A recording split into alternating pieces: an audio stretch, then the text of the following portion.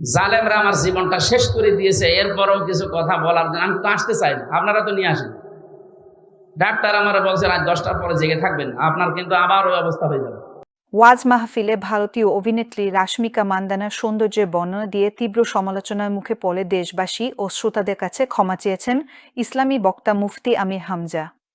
আর নিয়ে আসার পরে একটু সিলিফর টান হলে সেটা নিয়ে আপনি মিডিয়া টল করেন, আপনার লজ্জা নেই? সামাজিক যোগাযোগ মাধ্যম ফেসবুকে দেওয়া এক পোস্টে তিনি দেশবাসীর কাছে দুঃখ প্রকাশ করে ক্ষমা চেয়েছেন।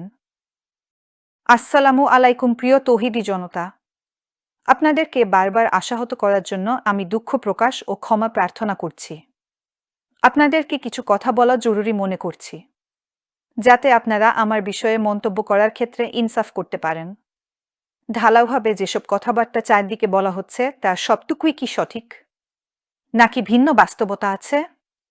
সম্প্রতি সিরিয়ার কারাগার থেকে মুক্ত বন্দীদের চিত্র আপনাদের সামনে। তারা অনেকেই নিজের নাম পর্যন্ত ভুলে গেছে। ফ্যাসিস্টের কারাগারে থাকাকালীন এমন কোনো নির্যাতন নাই যা আমার উপরে করা হয়নি। আমার ব্রেনে পর্যন্ত কারেন্ট শক দেওয়া হয়েছে ও স্লো পয়জনিং করা হয়েছে। বাকি নির্যাতনের কথা আর না বলি। আমি স্বীকার করছি মানসিকভাবে আমি পুরোপুরি সুস্থ না। শারীরিক ও মানসিক কোনো দিক দিয়েই আমি ফিট না। নিজের অজান্তেই অসংলগ্ন কথাবার্তা মুখে চলে আসছে। আমার আচরণও আমার নিয়ন্ত্রণে থাকছে না। এসব চিন্তা আমাকে আরও অসুস্থ করে তুলেছে।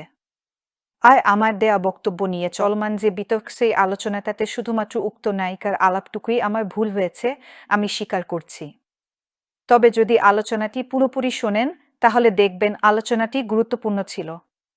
ভবিষ্যতে আমি আরও সতর্ক থাকার চেষ্টা করব ইনশাল্লাহ।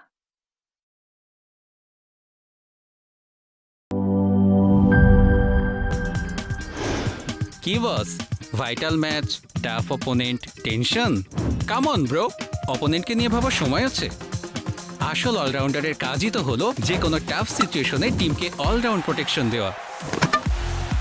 জাস্ট লাইক মাই টাইলক্স, যার অ্যান্টিব্যাকটেরিয়াল এজেন্ট টয়লেটের কোনায় কোনায় পৌঁছে 99% জীবাণু ধ্বংস করে, টয়লেটের কঠিন দাগ ও দুর্গন্ধ দূর করে টয়লেটকে রাখে ক্লিন আর সুবাসিত।